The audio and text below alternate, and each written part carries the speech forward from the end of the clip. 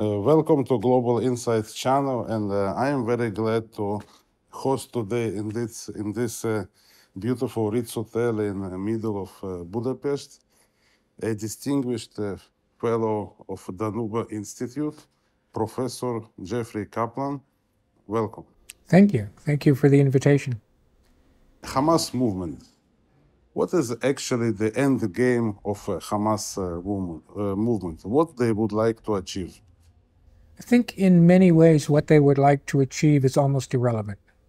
And what I mean by that is they did the Al-Aqsa flood attack, and it was on October 7th. It was terrible, both in the scope of the violence, the sexual violence, the murder, and yet we're finding that they had a much wider plan. They had almost a fantasy that they were going to conquer Tel Aviv and then go further, as if they were going to almost single-handedly wipe Israel off the map. It's the kind of fantasy you see throughout history in movements that are religiously based and have an apocalyptic mindset. But in the Hamas case, they are not simply independent actors. They are a Sunni organization. They were very much inspired in the early days by the Ikhwan, the Muslim Brotherhood. And yet the Muslim Brotherhood is a very strongly Sunni organization with very little tolerance of the Shiites. So, and yet the support for Hamas, which gets virtually no support in the Sunni world, is from Iran. Their allies are almost entirely Shia. Iran, the only Shia state. Hezbollah, which is very much a Shiite sectarian organization. Ever since it was born, it was exactly that and nothing else. And the Houthis, plus a few militias in Syria of mixed parentage, as we would say, who would take money from and weapons from anybody. But to try to say this is the wider vision of Hamas in a geopolitical situation like that is almost impossible. It goes from geopolitics and strategy almost to individual psychology. And for that, you would have to put the Hamas leadership on the couch and say, what were you thinking? Muslim Brotherhood religious movement, which was started in Egypt quite long ago in the 50s. 1929. 29, actually. Yeah. 1929. What is the goal of this movement? What they are trying to achieve? It's an interesting question because, as you say, it's gone on now since 1929. That is almost 100 years now. And through that period, it's gone through a lot of stages. It was a revolutionary movement. It was one that wanted to take over Egypt at one time under Nasser. It was crushed. Hassan al-Banna failed. Said Qutb, their great intellectual, died in prison. He was executed. And so the revolutionary fervor in Egypt died away, and it became more of a pan-Islamist movement in ideology. One of its guides was, in other words, the senior leader at the time, this would be about in the 1970s, early 1980s, had a great saying, and when asked about the Muslim Brotherhood, and he said, we are teachers. And what he meant is we're getting out of politics and we're going into dawah.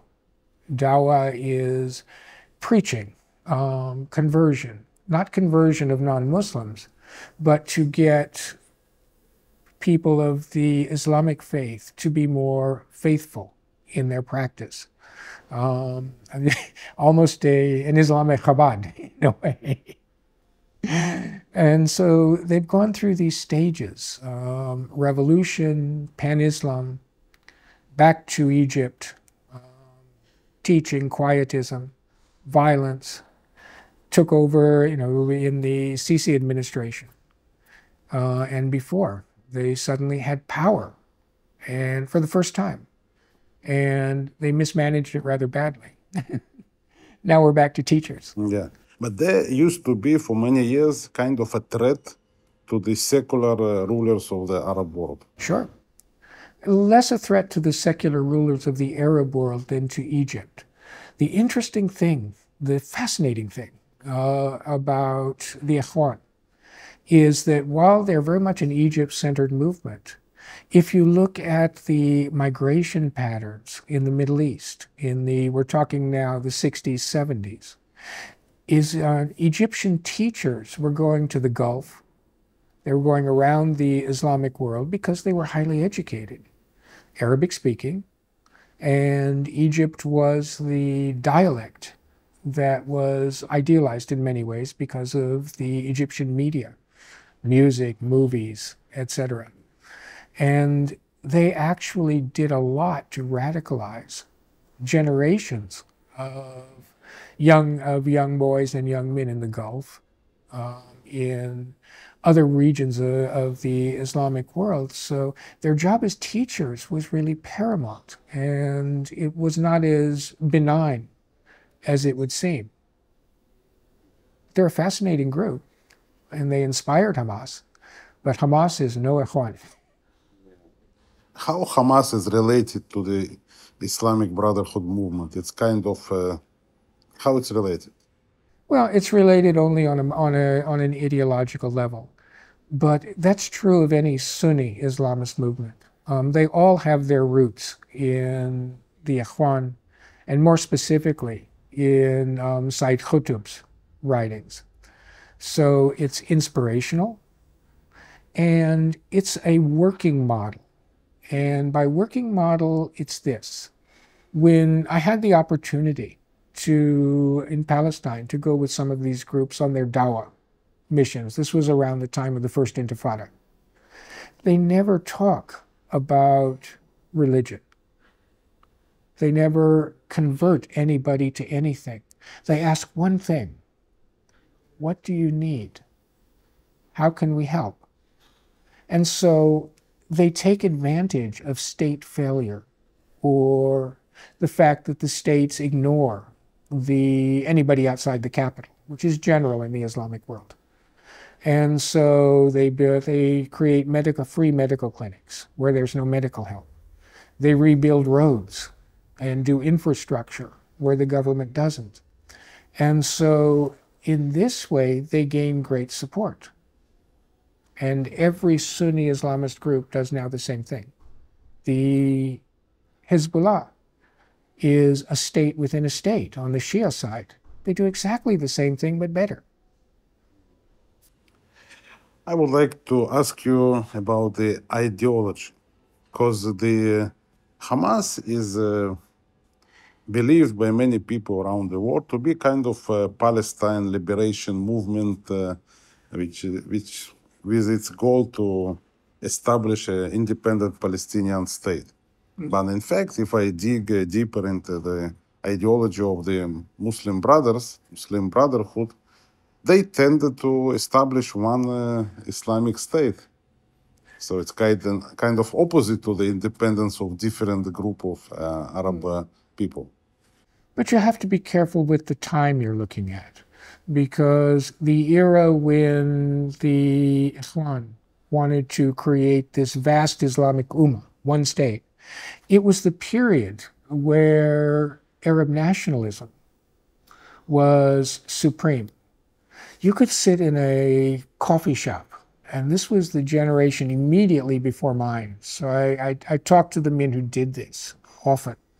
And they would sit in a coffee shop in Cairo or in Damascus or in Riyadh, for that matter, and they would listen to one of Nasser's orations. It went on 3 or 4 hours at a time on the radio, and they listened in rapt attention because he brought them into the dream. And the dream was one Islamic Ummah, because states are very artificial. They were brought in by the West. They were drawn for the reasons of the West and the convenience of the West, and the leaders were actually Westernized. So they were trying to create something new and something better, but new and better in terms of the classical Islamic empires, the Abbasids, the Umayyads. But here's what you see and what you don't see. Below that, there was the argument, well, it has to have a capital somewhere, Egypt. Whereas the Ba'ath said, Baghdad. Certainly that's where the Abbasids were. This was the height of Islamic civilization. And so we'll have it there. So they never achieved unity even in this grand dream. Mhm. So today, I think it's not the case. No, not at all. So they indeed want to establish an independent Palestinian state. They do. They do. But the vision of that state is much more in line with an Islamic republic, much more on an Iranian model. And even then, it's not something that's foremost in what they do and what they say. They were never any good at governing. They were never interested in it, even after Israel withdrew in 2006. The business of governance was UNRWA and NGOs. They're in the business of fighting, and they're in the business of destroying Israel.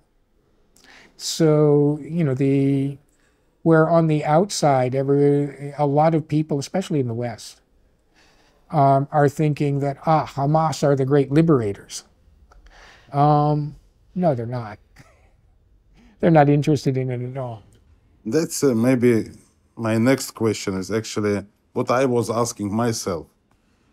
Sharon decided to leave Gaza, and all Israel forces have left Gaza. Gaza was ruled independently by the Hamas almost since the beginning. Yeah, they overthrown PLO very fast. Well, I wouldn't say overthrown. It was a fair election. Oh, fair election. Yeah, let's say they were elected.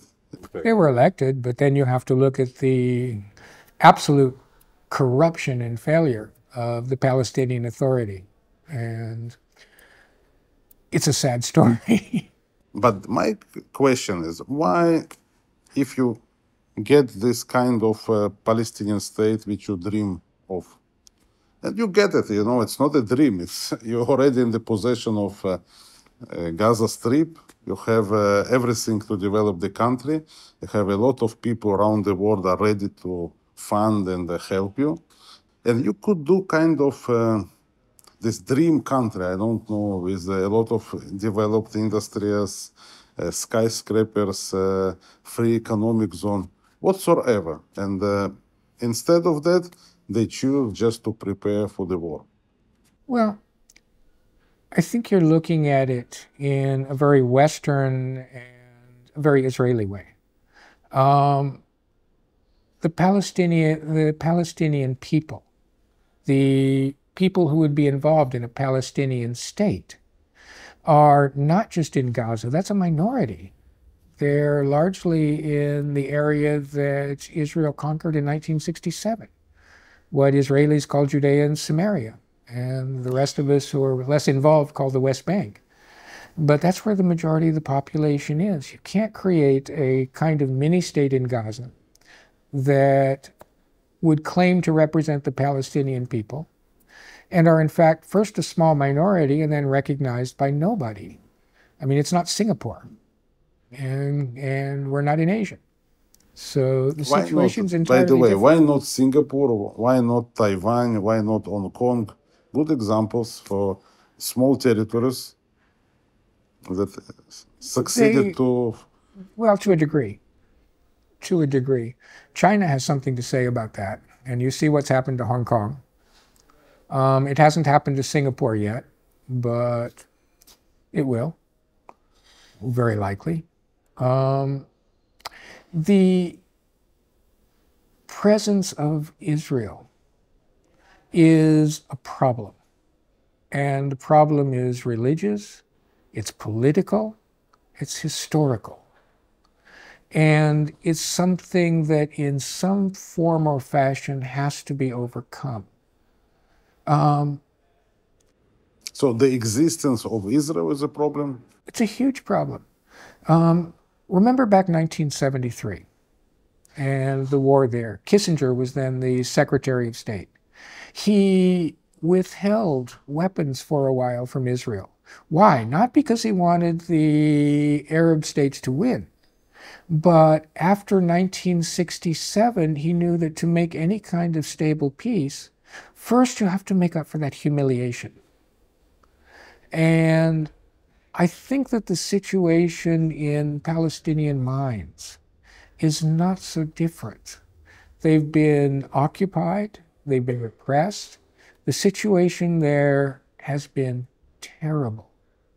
And the greatest finding that I've had in 40 years being in this region and studying these problems, learning from the different peoples, and the field work that I undertook here at the Danube Institute with some of my young researchers in Jordan, in Israel, and then I went myself to Palestine, is that here you have two people living in absolutely close proximity.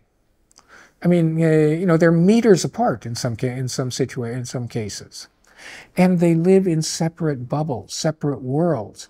It doesn't listen to one another. I would say don't different recognize one another. civilizations. They're two civilizations, but they're two mindsets, as if the other didn't exist.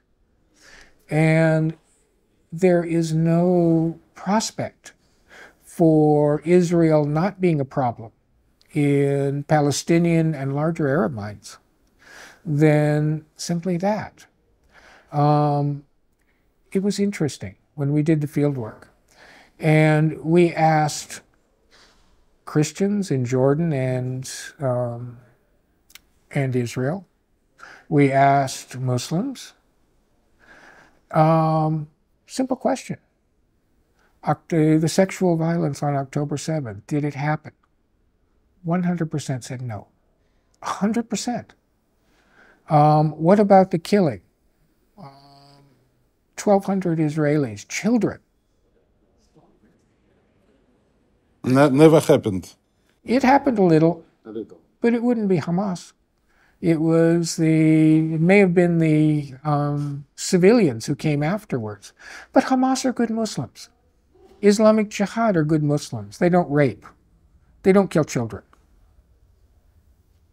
It's a failure to understand the pain of the other side. And the Israelis are, frankly, exactly the same. There's been sexual violence in Palestine by Israeli forces against Palestinian women for a long time. It doesn't matter, it's not of the kind that you saw on October 7th, but in that culture it doesn't have to be. It's a very conservative Islamic culture. Do Israelis even know about this? Largely no. Especially after October 7th, would anybody but the left be concerned? Probably not. And after October 7th, Hamas managed to kill most of the left in the kibbutzim in Gaza. So, two peoples living side by side who doesn't even recognize each other's pain, each other's joy, each other's good things. They're as if one is not even human. And how do you proceed from that? So, of course, in their mind, Israel is a problem. Do you visit a lot Israel, as I know, and you're also visiting the Palestine territories as well?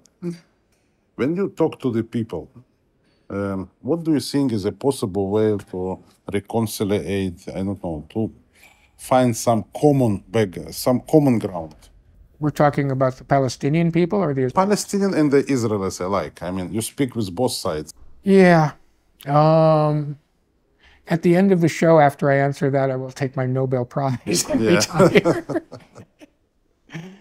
It's virtually impossible, but I can say this, that I stayed in Hebron during the first Intifada in the 1980s, working with the Palestinian University and the University Graduates Union there. I go back a lot. They would refer to the Israelis cynically as cousins. Why? Because they're so much like us. But the situation has gotten so terrible there over the years. Intifada II was much more violent. And the situation you're seeing now with the settlers in the West Bank, the level of violence there is higher than Intifada II. You have if I would give my own opinion, an extremist, I wouldn't say lunatic, but extremist, in Ben-Gvir, who is in position to withhold their funding. When I was there last month, and this was before his latest decisions, Palestinian teachers had not been paid in 5 months because the funds are being withheld.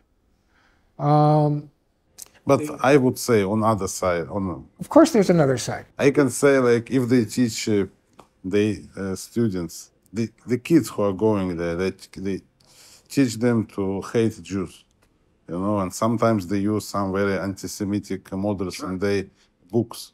Why should we pay for this education? Because this wasn't the case before.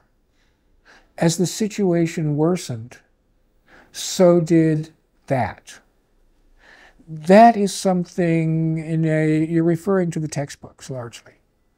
It's something that could easily be eliminated, and would be, but honestly it would make no difference because of their personal experience, because of the stories that they get from, and we're talking little children, the stories they get from their brothers and sisters, their mothers and fathers, their grandparents. What they're taught in school simply reinforces what their experience is. You want to change the books? Fine. That would be easy. But you have to change the experience. And I see no sign of that on either side. On either side. But it's mainly Israel's responsibility because they're the occupying power. They are occupying. I've heard many say, and I think it's exactly right, 67 was a Pyrrhic victory. It created the seeds of the destruction of both peoples. And I think you're seeing that played out today. In Israel, maybe I'm wrong, but I could assume that if the right peace plan would emerge, would arise, and it will in the end give the Palestinian people the independent state, probably most of the people would agree to that. It's my speculation, but that's how I felt. The problem which many people are talking about is that even before the 7th of October, that, okay, we give them a state, but who would bring a peace? So if we give them a state in Gaza and state in the Western Bank, and eventually it will become, again, a terrorist formation with the only goal to build a power force to destroy Israel. So why would we give them state if the only thing they will do in this state is again to prepare for war with Israel? This is an imponderable, and it's an interesting one. Let me give you a statistic in Israel that I followed very closely. And not to disagree with your view that many Israelis would say would be in favor of a Palestinian state if it would be peaceful. I'm not sure about that. But if you remember back in the 1980s, that the number of Israelis by polls who were in favor of transfer, for our listeners, for removing the Palestinians and dumping them in Jordan or somewhere, wherever. That was never very clear. It was maybe 10, 12% of the Israeli public that agreed to it. And when Rabbi Kane pushed it too strongly, he and Koch were removed from the parliament for racism. Yeah, but he had one seat in the parliament. But that's not the point. So it's very minor. No, wait for me. That's not the point. The point is that if you look at the polls just before October 7th, it's gone to 40 to 50% who are in favor of transfer. And if they did the same poll after October 7th, I wonder if anybody would disagree. So, no, I'm not talking about Kahane. That's not the point. The point is a move to the right and by the Israeli public. I mean, what is the look at Budapest or look at Hungary? Where is the left? And now you look at Israel, they're probably with the with the Hungarian left in a bar somewhere. You know, if we are sitting currently in Europe, in Hungary, and if we are speaking about the transfer, like everywhere in the Europe, when the borders were established, transfer was executed. You know, maybe it's not remembered so well, but everywhere in most peaceful countries today, the population was just thrown back to their mother country. For example, in Hungary, all the Hungarian population from what is now Romanian territory was moved. What is now Ukraine, most of the Hungarian population was transferred here, and this is everywhere from Slovakia. You know, the Bratislava, the capital of Slovakia. Now it's very peaceful with the one ethnic group domination city. But in the past, it was most of the city was Hungarian population, Jews, Austrian population, Germans. All these groups were expelled from the Bratislava, what is now known as Bratislava. And for example, now it's very peaceful Slovakian city and no one is occupying anything and everything is fine. But we should remember that all the population was just transferred. Yes. Exactly what you said in Israel, they want to execute transfer. It was executed everywhere in the Europe. Yeah, but there's a big difference. This is Europe. You were in the Middle East. In Europe, there are ethnic politics, ethnic realities. Did the transfers that happened here, which were not on the scale that it would require to remove all of the Palestinians from Gaza and the West Bank? I mean, that's now we're talking World War II style transfers, or something in Stalinist Russia transfers. There is a stability in It's Europe. not easy, but I mean, it's not that idea that you say, wow, transfer. Transfer executed everywhere here. But and especially now, if between Armenia and Azerbaijan, again, transfer. Are you favoring transfer then? No, I'm not saying that. I'm just saying that the idea that the transfer is, you know, like it's something horrible, maybe, but it was executed everywhere here in Europe, in most peaceful places. But it is. And the times when those were done is not the 21st century. What the world community will tolerate is not what it was in the early 20th century or the 19th century. Times change. And if that was going to happen, you should have listened to Kahane. But I'm glad you didn't.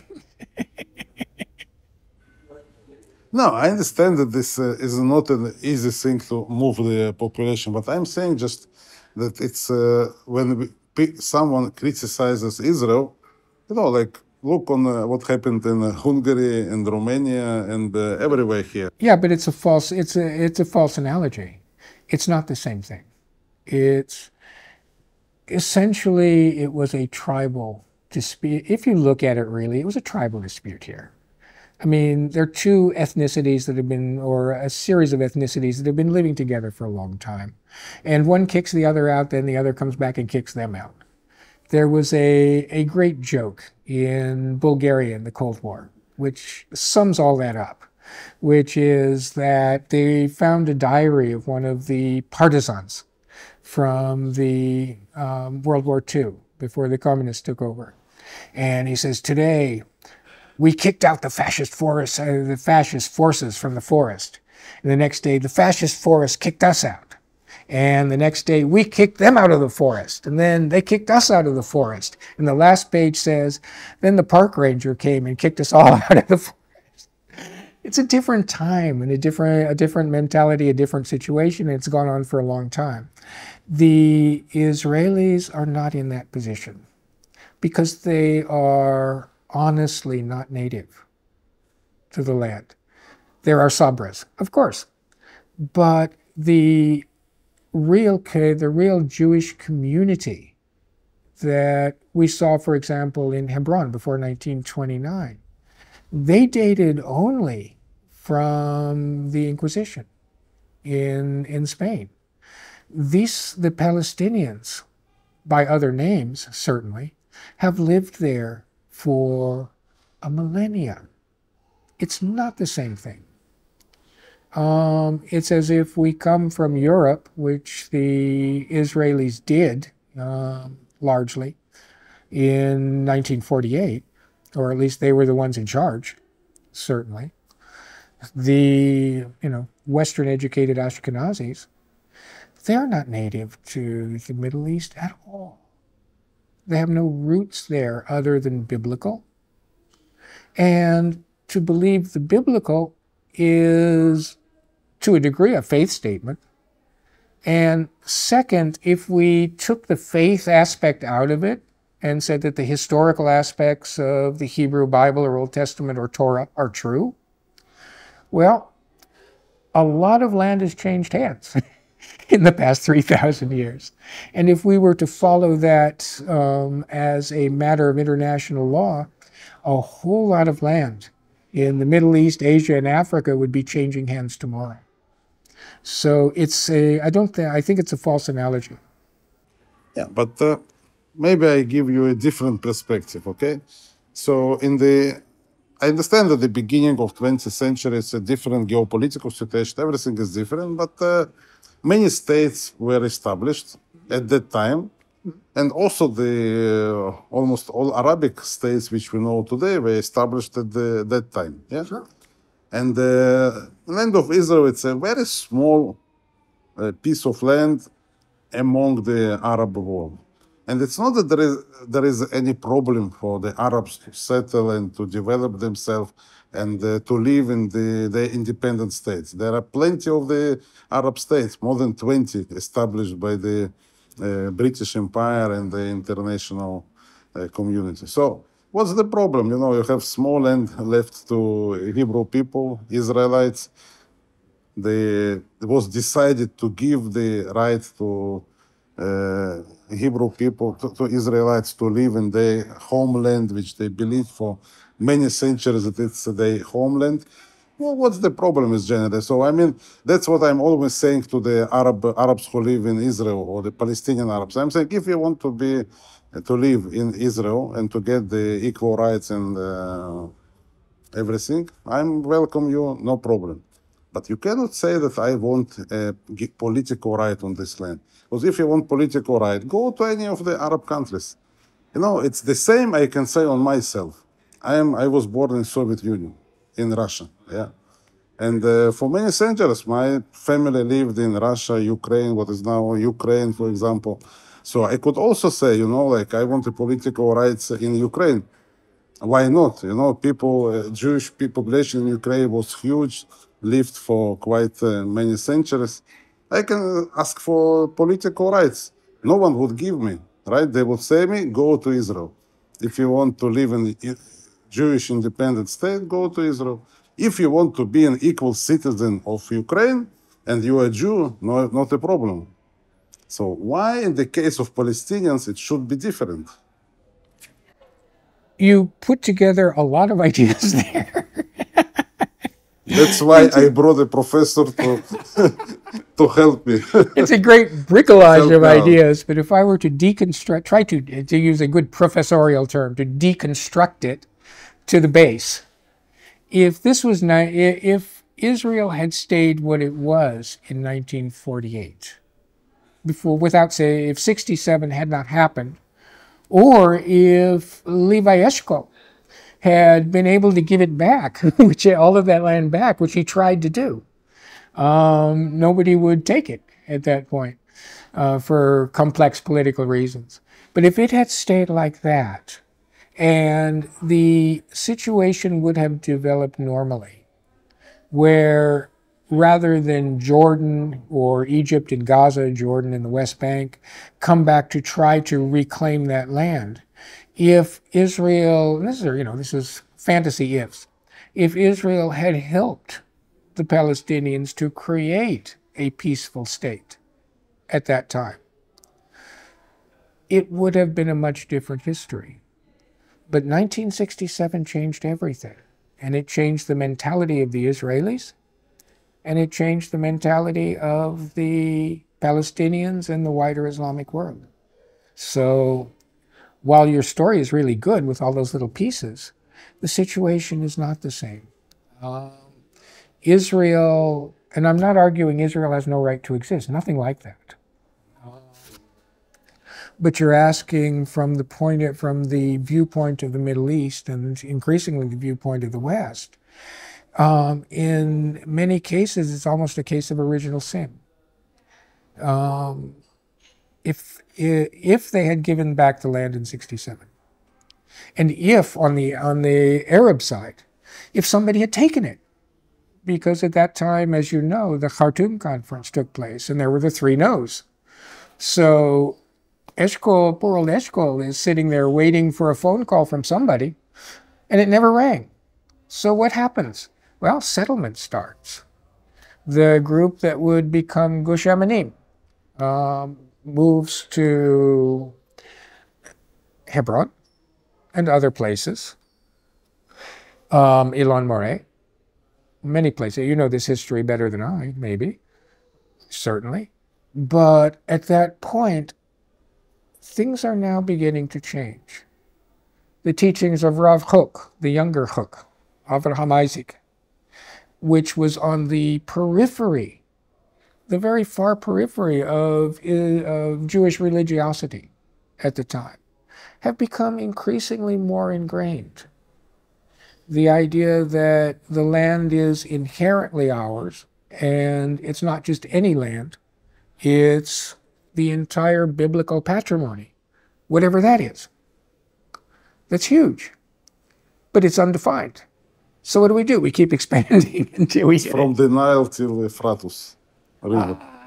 well, How it's defined. You are right, generally. No, I'm just But- saying. that- Well, that's just it.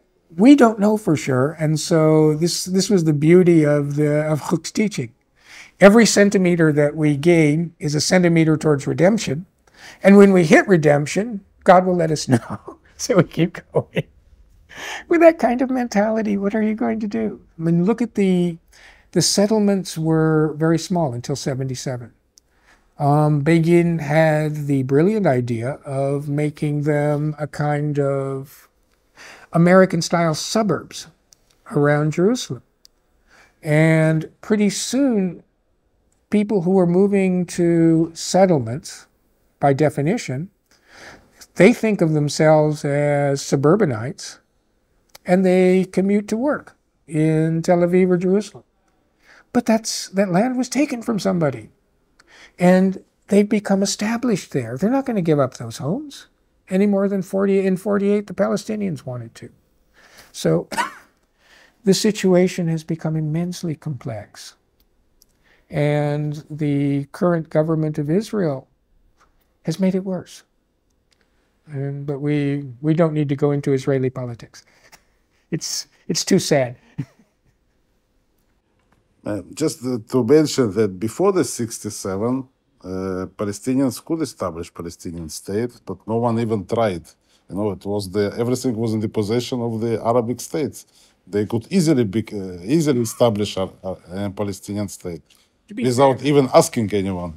Well, to be fair, the PLO, for all of its chaos and fratricidal infighting, we're calling for exactly that. And that was really since the earliest calls were from 1963. So yeah, you're giving me a generalization, which is not really true. But on the other hand, who wanted to give the PLO a state? Israel and the Palestinians are locked in a mutual tragedy. Yeah, I agree with you that the problem is, like we may say Israel did not do this and that, and so forth and so on. But eventually, we came to the history, and in the history, when many pragmatic Israel leaders tried to make kind of agreements, they could not find the other side. And I mean, even in the 40s, you know, the Palestinians choose to ally with Nazi Germany. And even they built the A few plans did. to, I mean, the leadership, The Mufti did. at least the leadership, yeah. I mean, so, you know, it's always you fail to find a partner. And if I'm looking on the historically wise, yeah, even on the establishment of Israel on the Ben Gurion time, from the documents which I could put my hands on, it's clear for me that if the Arabs would not start a war in 48, like Ben Gurion was not intending to do anything. Yeah? He would establish a state, even on this not ideal borders, but he would do that. I'm quite sure of that. So, I mean, it's like all the time Palestinians tend to choose the violence. No, And I then agree. you But say, well, in Israel there's some extremists. Of course there are. yeah, But but the tragedy of, we've been talking about the Israelis, the tragedy in Palestine is exactly that. There's never been unity. It's always been this anthropological rule of two. In every place you go, you see two coalitions of families, and they are always in conflict. Their history created that. So one would always survive, whether it was the Turks or whoever was taking over at the time. But there has been, and there is no unity there. So yeah, the Israelis are right. When in those periods we look for a partner, there either aren't any, or there are too many.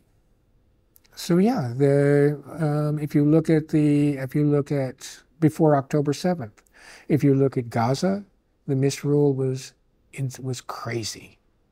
If you look at the Palestinian Authority, it's worse. So have the Palestinians been very good at governing themselves? No. Can it improve? As I tell everybody when they ask me anything here, and now the whole institute now uses the same word, inshallah. Inshallah. Only God knows. I want to ask you a difficult question, but many people are in Israel now these days concerned very much. Would Israel survive? What do you think? You are a scholar of biblical history. What Jewish polity has ever lasted more than 75 years before falling into civil war or conquest? Israel is 75 years old. The critical age. The critical age. Will Israel survive? Before the current administration, I would have said certainly. But as we say, we're talking about the disunity in the Palestinian side. I've been to the demonstrations at Kaplan Street every time I go. And these are Ashkenazis. There's not a kippah in sight. I've been on the receiving end and talked to the settlers in the West Bank.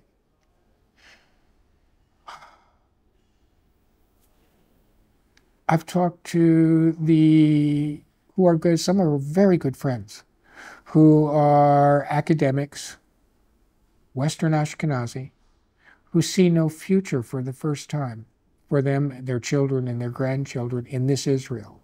Because Israel, if it survives, will keep going on a process which I think, it's just my idea for what it's worth, it is becoming a Middle Eastern state, where Herzl dreamed of a kind of Austro-Hungarian empire in the Middle East. It didn't work. And as this Western-educated Ashkenazi population goes down, as the Ashkenazi from Russia become more and more, as the Haredim continue to reproduce like rabbits, and as the Mizrahi numbers grow and grow, it's a state that is taking on increasingly a Middle Eastern complexion. And will Israel survive? In that sense, I think yes. But not as the Israel we know today, as a state like any other, which was always the dream. But it's not any other like Germany or France or England. It's like Egypt or Syria or Iraq. It's becoming a Middle Eastern state with a Middle Eastern population. So, Okay. yes. And the last question. May the geopolitical changes in the world, I don't know, Trump rising in the United States, we are currently sitting in Hungary, Orban government is quite pro-Israel, and let's say maybe in other countries in Europe these changes will happen. Could it change the attitude, the understanding of Israel, in the eyes of the others? The rise of this, let's say, Orban-like governments across Europe. I don't think that'll happen.